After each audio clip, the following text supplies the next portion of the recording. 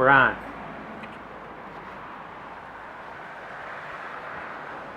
According to the Williams Institute at UCLA School of Law, 3.8% of Americans identify themselves as gay, lesbian, bisexual, or transgender. This means that in a room of 100 people, likely 4 of them are not straight. Currently, 26% of the states, 13 out of 50, allow gay marriage with full rights included.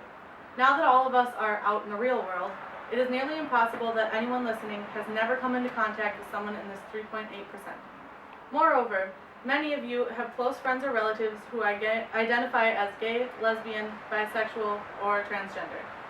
It is my firm belief that if anyone here were denied the right to marry the person that they love, they would be devastated. For some reason, however, many people find it absolutely acceptable to deny others their basic rights. Mike McGill had the pleasure of marrying his significant other, Jonathan Scott, in 2006 in Massachusetts. He said, "Getting married, there's nothing revolutionary about it. It's just something you do with the person you love." I am credible to be talking about marriage equality because I have done the necessary research and because I have been supporting it for as long as I knew how. Today, I am here to persuade you that the freedom to marry should be supported because it is morally correct to give everyone equal rights. Gay marriage should be supported because marriage equality will in no way harm heterosexual marriage, it will improve the economy, and because it is simply the right thing to do. First, I'm going to talk about the effect that gay marriage has on heterosexual marriage.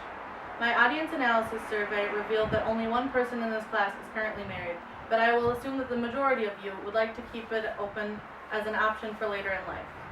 For some reason, many Americans are worried that same-sex marriages will in some way affect heterosexual marriages negatively. I don't understand why. The New York Times states that divorce rates are already at 40% in our country. The so-called Constitution of Marriage is already crumbling. It is more than likely that legalizing gay marriage will have no less than a positive effect on these statistics.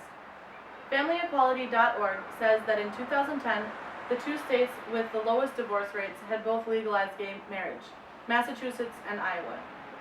Here is a picture representing the states that either do or don't allow gay marriage. The states that are highlighted in green have fully legalized marriage equality. The states that are highlighted in yellow have legalized some sort of civil union or domestic partnership, and the states that are highlighted in red have not yet legalized marriage equality or any type of civil union or partnership. Next, I'm going to talk about how marriage equality will improve the economy. Marriage equality will improve the economy in several ways. The first reason I found on listverse.com. It says that since marriage is not rewarded in the tax system, married gay couples will pay the same penalties as married heterosexual couples. Because of this, the government will manage to raise an extra $34 million annually. Legalizing gay marriage will also produce a lot of weddings, which will require lots of spending, taxable spending. Economists estimate that the money made off of these weddings could exceed $1 billion. According to thefiscaltimes.com, a study was done on how much money California could raise by legalizing gay marriage. Over $123 million in the first 3 years. That's more than $41 million a year. This brings me to my third and final argument. Gay marriage should be supported because it is simply the right thing to do. Discrimination is an offense that is punishable by law. Why then is it acceptable to place laws that do just that? Discriminate. In the Constitution, it says that all men are created equal. This fight back and forth could be solved with one simple thing that we were all taught in kindergarten. Treat others as you wish to be treated. Listverse.com says it best. The tide is turning, and one day our grandkids and great-grandkids will look back at this time and wonder why this whole legalization business took such a ridiculously long time. It takes a lot of courage to show the person you love how much you love them. Marriage is one of the biggest, loudest declarations of love that there is, and to be denied that right is demoralizing, upsetting, and simply unfair. It is important to remember that there was a time when people thought that interracial marriage was just as harmful as same-sex marriage. Interracial marriage was legalized in 1967, and it clearly hasn't ruined our country. This battle can be solved easily. All it takes is a little compassion, a bit of understanding, and a whole lot of love. I have here a pie chart demonstrating the possible outcomes of legalizing gay marriage. As you can see, the entire pie chart is blue.